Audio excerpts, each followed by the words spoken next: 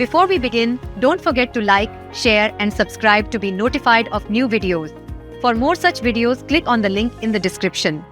Hello दोस्तों, tax season के लिए ऑल सेट या अभी भी हो confused? Well, we'll try to clear up your confusion.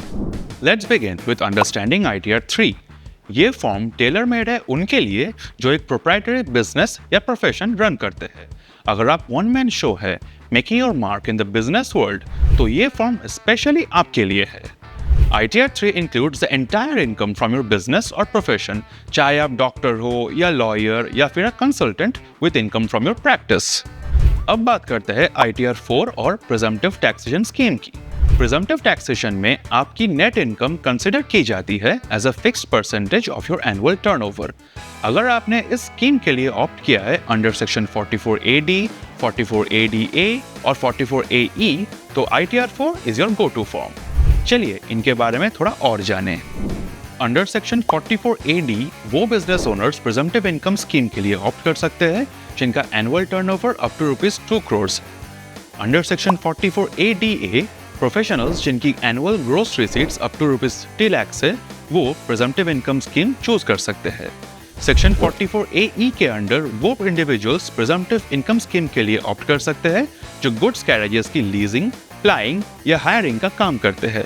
However, only the individuals who own up to 10 goods carriages at any time during the year are eligible. Are there any more ITR forms? जी हाँ, है. There are 3 more ITR forms: ITR 5, ITR 6 और ITR 7.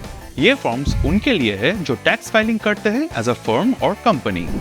ये तो हुई ITR forms की बात. But as a self employed individual tax filing के लिए आपको और कौन से फॉर्म्स लग सकते हैं? चलिए देखते हैं. Form 16A. This is the quarterly TDS report जिसमें आपकी income, amounts credited, TDS deducted और डिपॉजिटेड टैक्स ये सब डिटेल्स मेंशन्ड होती है. Form 26AS.